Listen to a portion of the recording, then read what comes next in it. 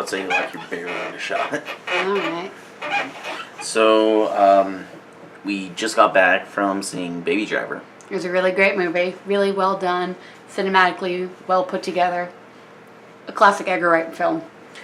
Edgar Wright is one of those, like, you can just tell. Like, I was legitimately going to this movie and, because trying to go through and, like, seeing what he does, I'm just not, I'm talking nonsense right now.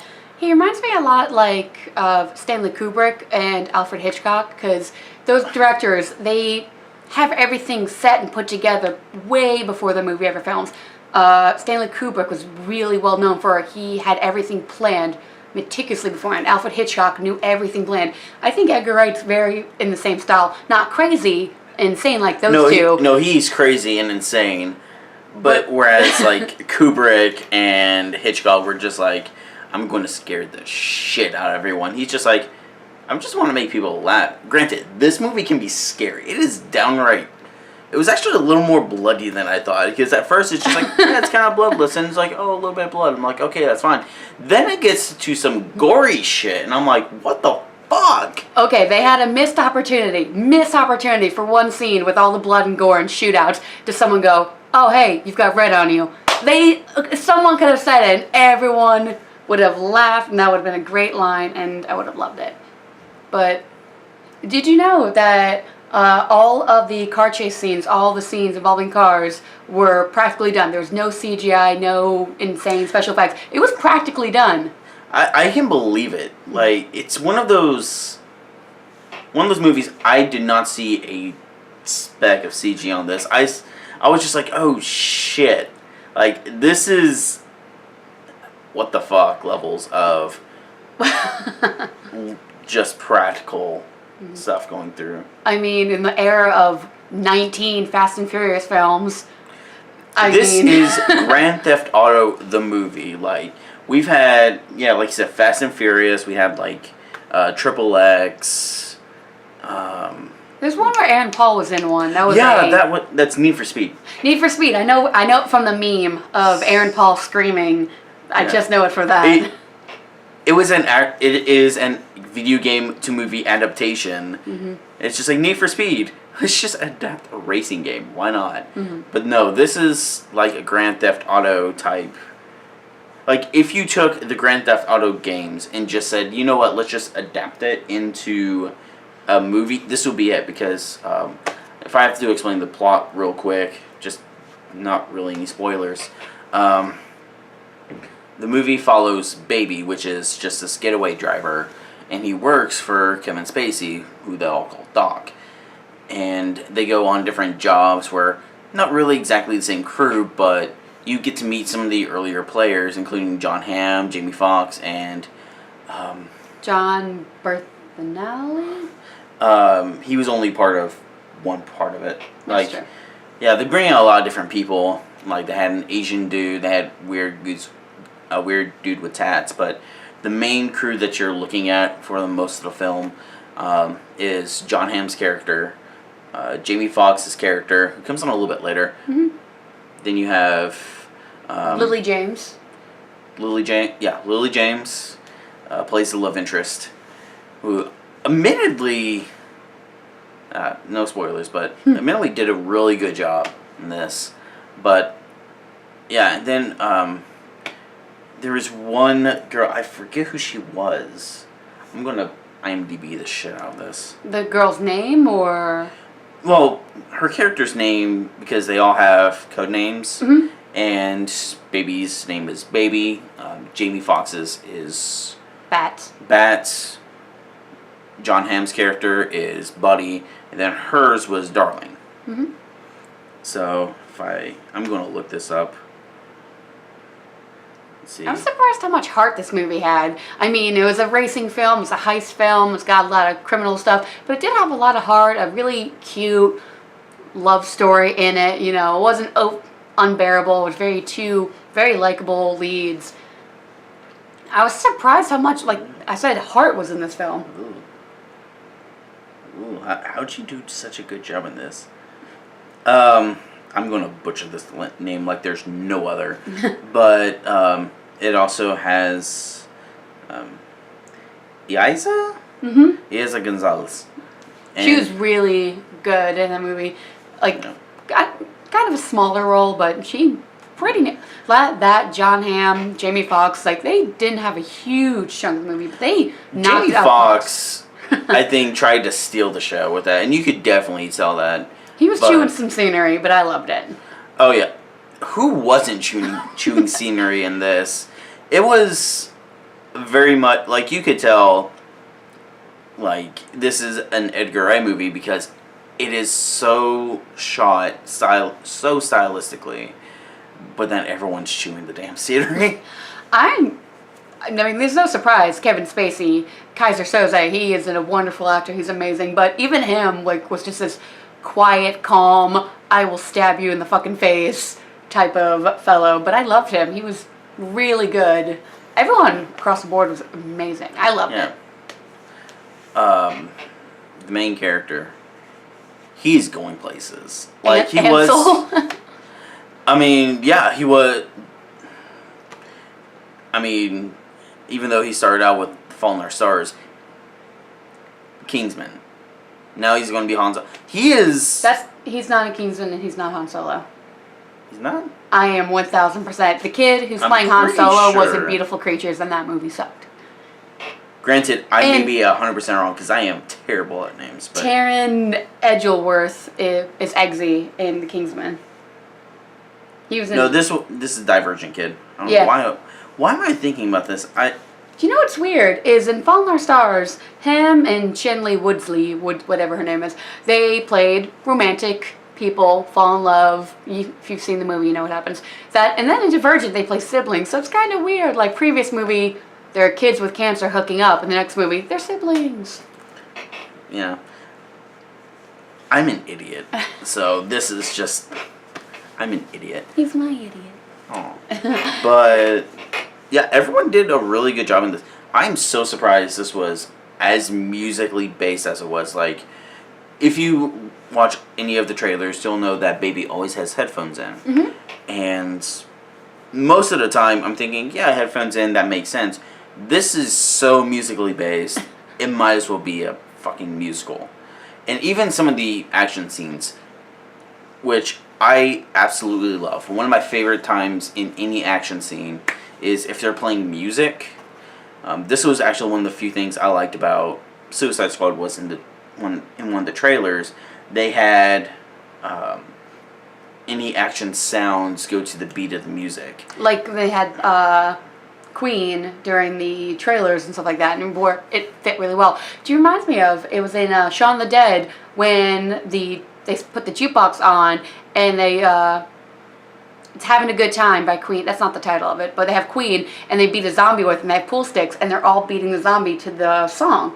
Yeah, that is a very Edgar Wright thing to do, because he's done that in his other movies too. Scott Pilgrim has a few touches of that too. Oh yes, definitely Scott Pilgrim. But this one, you could really tell, and that's something that I really appreciate.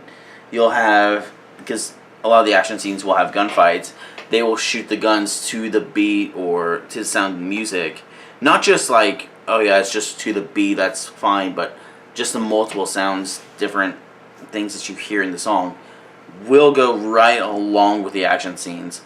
So it's almost as if they picked the song and they said, okay, here is the song, let's wrap the action scene around that. And it works. Like, it's choreographed, but it also feels kind of dirty. I like it. So, it is really enjoyable. I really like it. Me too. So. What I really liked about it was he's a driver. Baby is the driver for it, but him driving was really well done. It wasn't like, didn't seem like it was impossible to do that. This kid is a very talented driver and he can do these things. It never seemed impossible or ridiculous. It would be like, yeah, you'd have to be a top-notch grade A driver, but it could be done, and that would be ways to escape the police in Atlanta traffic.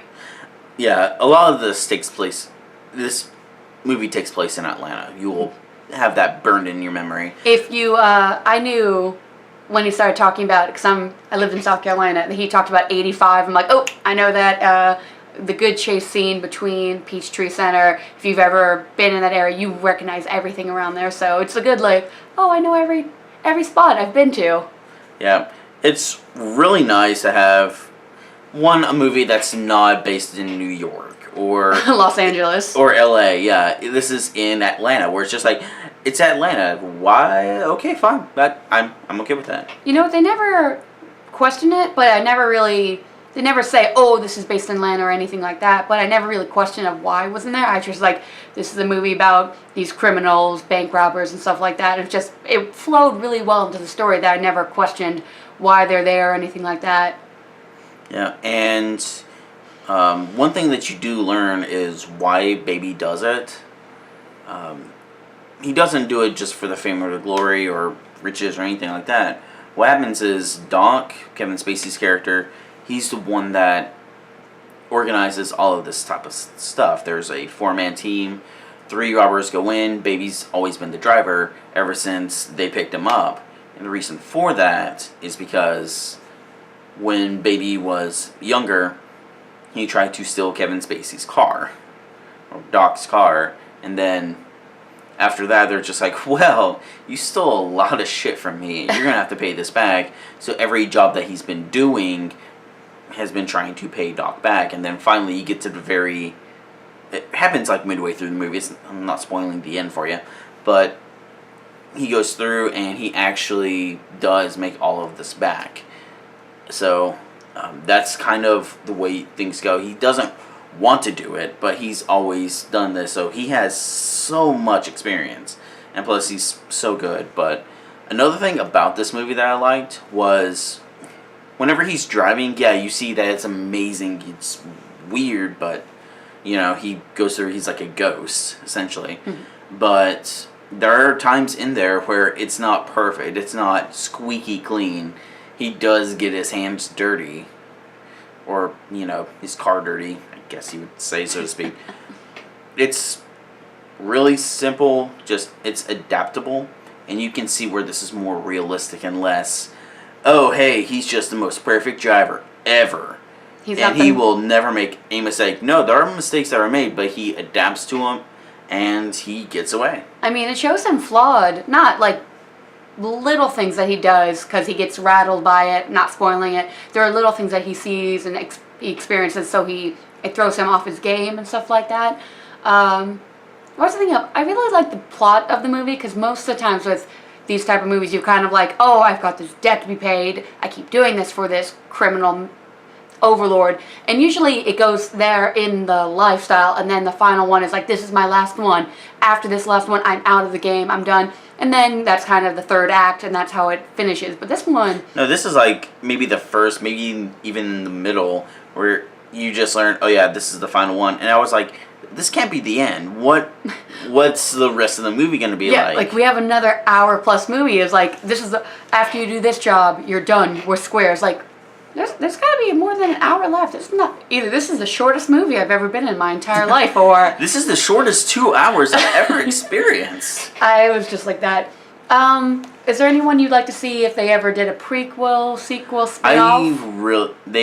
I do not want to see this story continue. Not because it's I don't want to say that this is like a bad movie or anything, but I feel like this is so much of a good self-contained story that I don't want to see a prequel or a sequel or anything else like that. It was just nice, perfect as a little whole. And plus, I want to see Edgar Wright go on to do more. This felt like more of a passion project, and I feel like if they try to extend it anymore, it's not going to go well. Well, he's been trying to make this movie since 1995. He's been writing it for nearly 20 years, so he's had this time. So he's finally, he got his name out there with Shaun of the Dead. He's made really great films, just wonderful films. Some more underappreciated than others. So I think he's finally gotten just the money and the time to make it, and he's made this beautiful, perfectly put together film. Like, there was, like you said, it was a passion project, and he put a lot of love into it. Yeah. Sorry, just got a text. But one thing about this movie, if you ever want to go out and see it, it's tiring. It is one of those movies where you walk out and we didn't like just walk out of the movie, come back here and start filming. Yeah. We had to go out and just like, this is exhausting. We need like coffee or something to wake us up. Not because it was boring, but because after watching that movie, it's just like there's so much that happens. You get so wrapped up into it that's just exhausting. Yeah. I completely agree. It was like a good adrenaline rush. You watched it, like, it was just, your heart was pumping the entire time, and then when it stops, you're just like, you have to take a breath, and you have to take a moment of like, oh gosh, it's like getting on a roller coaster, a really good roller coaster. You get off, and you're still kind of shaky, and you're like, it's like that. One thing that I didn't like, because I will not say the movie's flawless. It has some flaws in it. I still think it's a really great movie, but there are a couple of times when you can tell it's just an exposition dump. Granted, they try to like cover it up in a way, but I still feel like it's just a big dump of exposition just sitting right there that just says, oh, hey, look, we need to let them know about all the backstory, so here's all the backstory. And then another subplot that goes into it is Baby's mom Baby was involved in a car accident. The reason why he wears the earbuds all the time is because he needs music to drown out the sound that his ears make. The hum and the drum, as they say. Yeah. So that's why he always wears earbuds, and everyone, of course, makes fun of him for it. You hear so many times people call him retarded or slow or, mentally handicapped. Let me put it that way. But he's not. He's just, partially deaf to the point where he has ringing in his ears and use music to cover that up. So he's very musically based. But yeah. I kind of had a question for it, but it falls into spoilers category. We can just say, hey, look, we can dig into spoilers after this, but Okay. just, I would say, go in, see this movie. If not, I'm definitely buying it.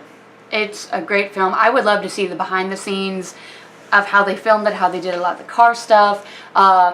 If you look online, Edgar Wright, to get a really good shot, making sure he had everything taken care of, he actually strapped himself to the hood of the car during some of the scenes where they're driving, and watched it. And John Hamm said he was a sunburnt Muppet on the top of a car, just being flung around, just so he could get the good shots and make sure that everyone was acting the correct way that he wanted the characters to go. Yep. So I would love to see the making of, the process behind it, them writing it, him choosing the music, like stuff like that. Yeah, definitely a very interesting movie, both in front of the screen and behind the scenes. Mm-hmm. All right, so now we're gonna go ahead dig into spoilers. One thing I will say. Wait, spoilers in 5, 4, 3, 2, 1. Spoilers. So he has a love interest, obviously. Mm-hmm. Lily James. Yes. Yeah, she plays Deborah, not Deborah. Deborah. Deborah. Whenever you get to the end of the movie, because they go through and they,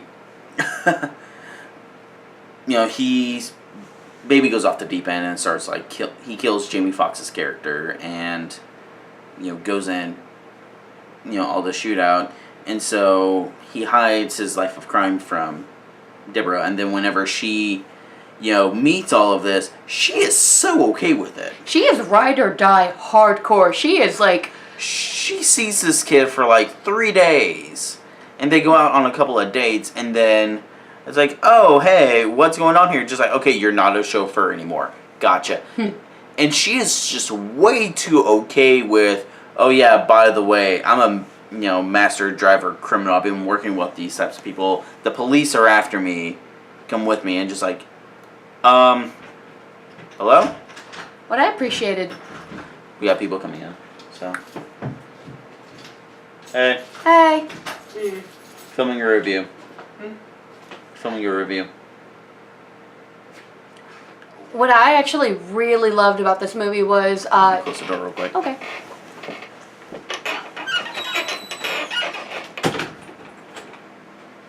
Go for it. What I really loved was there is no damsel in distress for the two female characters. I mean, doesn't have a lot of female characters in it, but Darla never needs to be saved. I mean, she is the second one to die of the group, but she goes out. She's fridged, I think. I think it's more of a fridging near the very end. Because after Jamie Foxx's character dies, then there's a big shootout where she goes out in a blaze of glory, let me tell you. But it's never her doing that. I just think she's gung-ho. She is in that criminal lifestyle. We don't really know much about her or her background. Her name's Monica. But she just doesn't ever seem like to be boxed in. Well, she does get boxed in, and she's like, screw it. I'm going to take these 2 guns. I'm going to go out shooting. Suicide by cop, pretty much. Yeah, I just felt like it was more fridging. And Deborah's character, like, she is fairly strong there. And I think they almost tease on damsel in distress, but they kind of... She's not the strongest character, but they do a couple of things worth of that, like. But how many movies have you seen where it's like the kind of love interest, and then she gets kidnapped, and you get the phone call, if you want to see your girl again, come meet me here, and it's a showdown between the 2 characters. I mean, it's not. John Hamm shows, they find out that she is involved with Baby. Then John Hamm goes to the diner with the gun, and he does threaten her. But there's never a part where there's never a gun up to her head. She's never held hostage. She's never done that. She does help in the final fight. Baby does 90% of the work, but she does help, and she does her part. There's no part where she's in a corner crying or freaking out. Shit happens, and she's like, she does, her hand shakes and she overfills the coffee cup. So she has moments of being scared, as anyone would be, but there's no point where she is cowering in fear while Baby has to be the big, strong man to save her. She's, like I said, she is ride or die for Baby, and I appreciate that. Yeah, movie does pretty much build up their relationship. Baby doesn't live by himself. He lives with his foster dad after his parents both die in that car wreck. But his foster dad is deaf or mute, so he has to use sign language. And it is so good just like watching them together. Since he's deaf, he can't hear music, but he can feel the vibrations. So you will see a couple of scenes where Baby's listening to music, he's dancing around, he's having a good time, and he's just like, I don't know what you're talking about. He just puts his hand on a speaker, and then he's just like, yeah, I can jam to this. I like this, yeah. But it's just little details, but yeah. If you're not a fan of musicals, you will not like this movie. If you're a fan of music, just in general, this is going to be your film. You have certain films like Scott Pilgrim. Yeah. It is not a video game movie, but if you love video games, you will love that movie to death. That's the thing about it. I think this is going to be like the Scott Pilgrim of, like, I want to say rock music, almost. Like classical rock, stuff like that. It's kind of a love letter to heist movies, to these type of movies with like amazing soundtracks. It's just a lot of love and heart was put into this film, and you can absolutely tell. And just so much time and effort was put into it. You can just, it shows completely. It's weird whenever you watch it and just like, no, I wouldn't see him as an action star. It has some big names in it, but a lot of the smaller roles are the ones that actually have the smaller roles are the ones that have the ones that steal the show, essentially. Yeah. I mean, yeah, you have Jamie Foxx, you have John Bernthal makes an appearance, as you said. John Hamm, he's a big part in this. And, of course, Kevin Spacey. But you have a lot of the ones like Lily James. I'm not even going to say his name because I know I will mess it up. But you had like those smaller roles. But yeah, they're in there. They've only had maybe like 10 in their entire lifetime. But yeah, they did magnificent. They did perfect, and I loved it. I mean, if you can hold your own in a scene with Kevin Spacey, the man is a genius. Just so amazing. If you can have a scene and you can hold your own and act just as well against it, that is perfect. Sorry, I have to grab something. Oh, So, boy. There is one scene in this movie that I absolutely love, and kind of... It's a scene where you're just looking and you're thinking, that is actually really funny, really good. It is a scene where they're looking at a post office, and they're going through, they're saying, okay, here, I want you to go in there and scope out the area. I want you to see cameras, guards, employees, things like that. And just like, and you have to remain inconspicuous, of course. So, once you go in there, buy some stamps. But you need to not have your headphones in. You can't wear sunglasses. And you have to take my nephew in there. And his nephew is in there just with headphones in, playing a PlayStation Vita like this. Just like, okay, fine, whatever. And while the kid's playing whatever the fuck he's playing, like they go into the post office, and of course, baby, because he doesn't have his headphones, he can't really focus on it, because he hears all the humming and stuff. But, you know, he's counting there, and she's like, okay, 10 cameras. And the kid just tugs on his shoulder like this.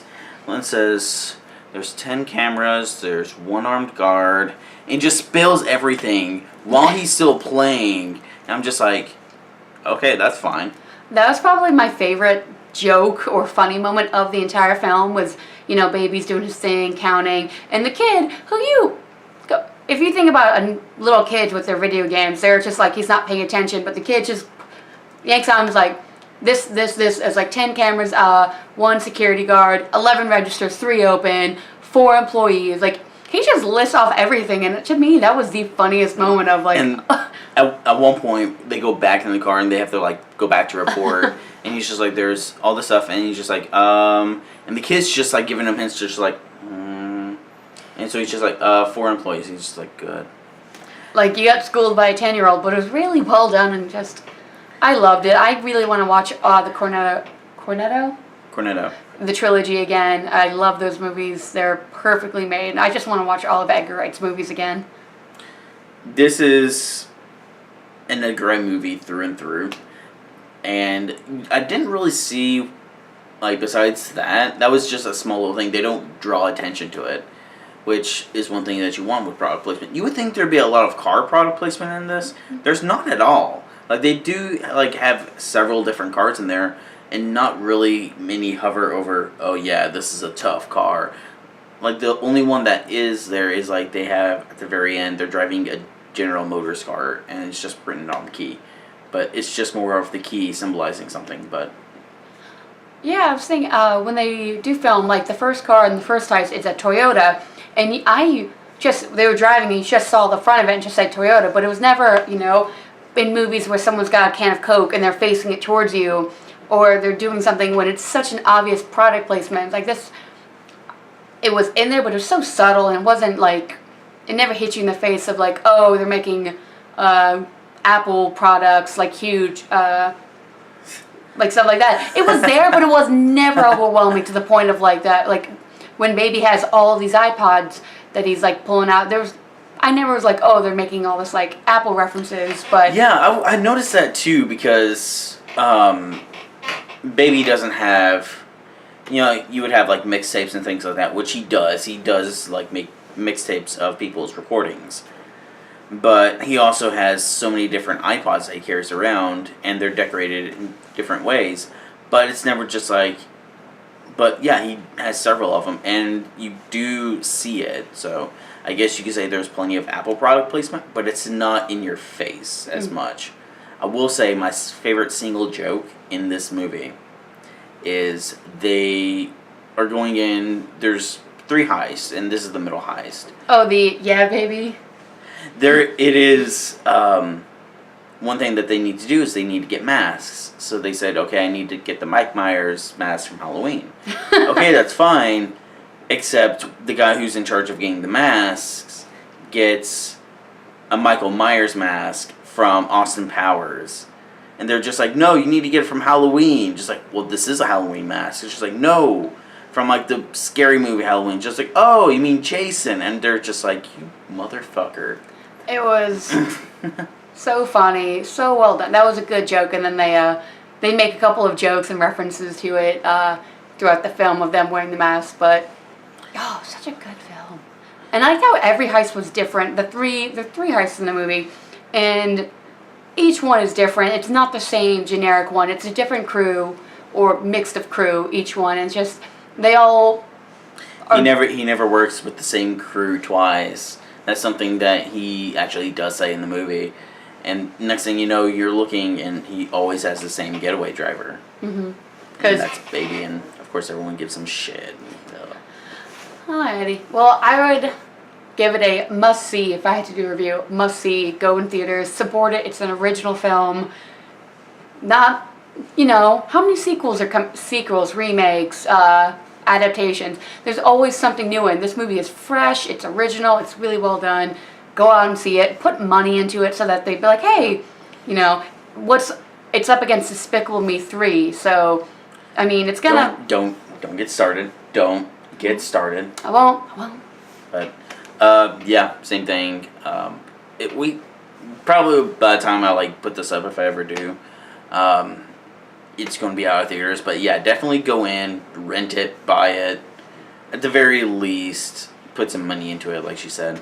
But I'm definitely buying this movie because it's one that stands proud with the rest of his filmography. So yeah, definitely going to add it to my collection. Yay! There you go. All right. Well, see you next time. Oh. Awkwardness, it's a thing.